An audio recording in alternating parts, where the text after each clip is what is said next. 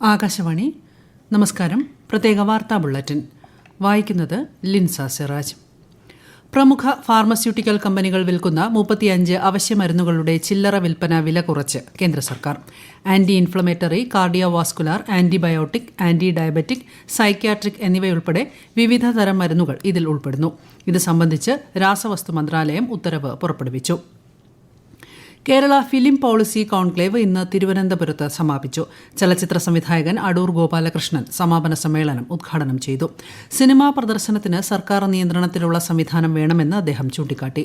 കോൺക്ലേവിലെ ചർച്ചകൾ ക്രോഡീകരിച്ച് സമഗ്ര സിനിമാ നയം 3 മാസത്തിനുള്ളിൽ രൂപീകരിക്കുമെന്ന് മന്ത്രി സജി ചെറിയാൻ പറഞ്ഞു. സാഹിത്യ സാംസ്കാരിക ലോകത്തെ നിറസാന്നിധ്യമായിരുന്ന MK സാനുവിന് കേരളത്തിന്റെ അന്ത്യാഞ്ജലി. കൊച്ചി കാരക്കാമുറിയിലുള്ള വസതിയിലും എറണാകുളം ടൗൺ ഹാളിലും നടന്ന പൊതുദർശനത്തിൽ ആയിരങ്ങളാണ് യാത്രാമൊഴിയേകാനെത്തിയത്. സംസ്കാരം ഔദ്യോഗിക ബഹുമതികളോടെ രവിപുരം ശ്മശാനത്തിൽ നടന്നു.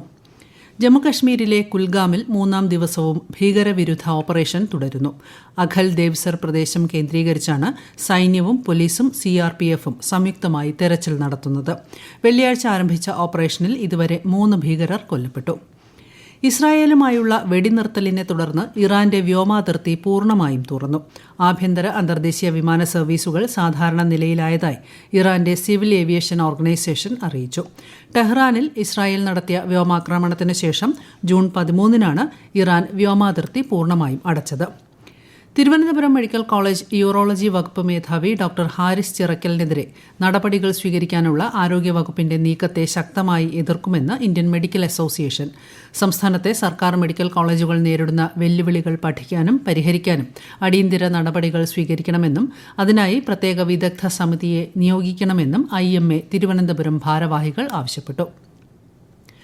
ശ്രീ ചിത്ര തിരുനാൾ institute four medical sciences and ടെക്നോളജിയിൽ പ്രധാനമന്ത്രി സ്വാസ്ഥ്യ സുരക്ഷാ യോജന പ്രകാരം പുതുതായി നിർമ്മിച്ച ആശുപത്രി ബ്ലോക്കിലേക്ക് 255 പുതിയ തസ്തികകൾ കേന്ദ്ര സർക്കാർ അനുവദിച്ചു. ഇതനുസരിച്ച് 102 നഴ്സിംഗ് ഓഫീസർമാരെയും 57 സീനിയർ റെസിഡന്റുകളെയുമാണ് നിയമിക്കുക.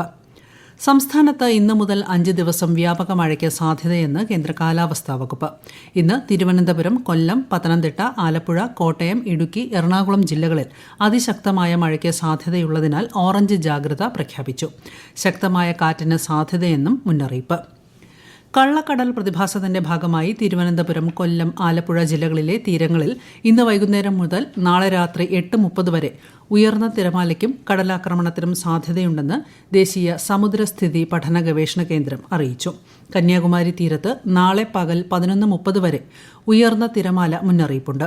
മത്സ്യത്തൊഴിലാളികളും തീരദേശവാസികളും ജാഗ്രത പാലിക്കണം. അതേസമയം കേരള, കർണാടക, ലക്ഷദ്വീപ് തീരങ്ങളിൽ നാളെ മുതൽ വ്യാഴാഴ്ച വരെ മത്സ്യബന്ധനത്തിന് പോകാൻ പാടില്ലെന്ന് കേന്ദ്ര കാലാവസ്ഥാ വകുപ്പ് നിർദ്ദേശിച്ചു. വയനാട് തിരുനെല്ലിയിൽ തേൻ ശേഖരിക്കാൻ പോയ മധ്യവയസ്കന് കരടിയുടെ ആക്രമണത്തിൽ പരിക്ക്. ബേഗൂർ കാട്ടുനായ്ക്ക ഉന്നതിയിലെ കുമാരനെയാണ് കരടി ആക്രമിച്ചത്. വലതുകാലിന് പരിക്കേറ്റ ഇയാളെ വിദഗ്ധ ചികിത്സയ്ക്കായി കോഴിക്കോട് മെഡിക്കൽ കോളേജിലേക്ക് മാറ്റി. കോഴിക്കോട് നാരങ്ങാത്തോട് പതങ്കയത്ത് ഒഴുക്കിൽപ്പെട്ട് ഒരാളെ കാണാതായി. ഫയർഫോഴ്സും സന്നദ്ധ പ്രവർത്തകരും തെരച്ചിൽ നടത്തി. പ്രതികൂല കാലാവസ്ഥ തടസ്സമായതിനാൽ ഇന്നത്തെ തെരച്ചിൽ അവസാനിപ്പിച്ചു. നാളെ രാവിലെ തെരച്ചിൽ തുടരും. ബാൽതാൽ, പെഹൽഗാം റൂട്ടുകളിൽ നിന്നുള്ള അമർനാഥ് തീർത്ഥയാത്ര ഇന്നു മുതൽ താൽക്കാലികമായി നിർത്തിവെച്ചു. കനത്ത മഴയെ തുടർന്നാണ് നടപടി. കഴിഞ്ഞ മാസം 3-ന് ആരംഭിച്ച അമർനാഥ് തീർത്ഥയാത്രയിൽ ഇതുവരെ 4.14 ലക്ഷത്തിലധികം ജനങ്ങൾ പങ്കെടുത്തു. ഇന്ത്യക്കെതിരായ ഓവൽ ക്രിക്കറ്റ് ടെസ്റ്റിന്റെ 4-ാം ദിവസം ഇംഗ്ലണ്ട് ശക്തമായ നിലയിൽ 374 റൺസ് വിജയലക്ഷ്യവുമായി 2-ാം ഇന്നിംഗ്സ് ബാറ്റിംഗ് തുടരുന്ന ഇംഗ്ലണ്ട് ഒടുവിൽ വിവരം ലഭിക്കുമ്പോൾ 4 വിക്കറ്റിന് 317 റൺസ് എന്ന നിലയിലാണ്. ഇംഗ്ലണ്ടിനായി ഹാരി ബ്രൂക്ക് സെഞ്ചുറി നേടി. 5 മത്സരങ്ങളടങ്ങിയ പരമ്പരയിലെ അവസാന ടെസ്റ്റാണിത്. പരമ്പരയിൽ ഇംഗ്ലണ്ട് 2-1 മുന്നിലാണ്. ഖാദി ഗ്രാമവ്യവസായ ബോർഡും ഖാദി സ്ഥാപനങ്ങളും ചേർന്ന് നടത്തുന്ന ഓണം മേള നാളെ കണ്ണൂർ ഖാദി ഗ്രാമ സൗഭാഗ്യയിൽ ആരംഭിക്കും. ജില്ലാതല ഉദ്ഘാടനം രാവിലെ സ്പീക്കർ AN ഷംസീർ നിർവഹിക്കും.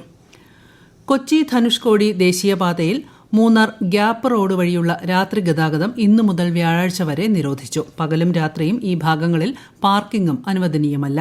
മേഖലയിൽ മഴ തുടരുന്ന സാഹചര്യത്തിൽ പാറ അടർന്നു വീഴാൻ സാധ്യതയുള്ളതിനാലാണ് നിരോധനം ഏർപ്പെടുത്തിയത്. ആലപ്പുഴയിൽ നെഹ്റു ട്രോഫി വള്ളംകളി നടക്കുന്ന പ്രദേശത്ത് രാവിലെയും വൈകുന്നേരവും ബോട്ടുകൾക്ക് നിയന്ത്രണം ഏർപ്പെടുത്തി.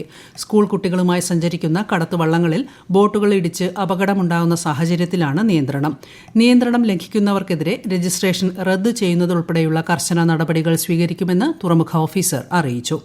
പ്രത്യേക വാർത്താ ബുള്ളറ്റിൻ കഴിഞ്ഞു. അടുത്ത വാർത്താ പ്രക്ഷേപണം നാളെ രാവിലെ 6:45.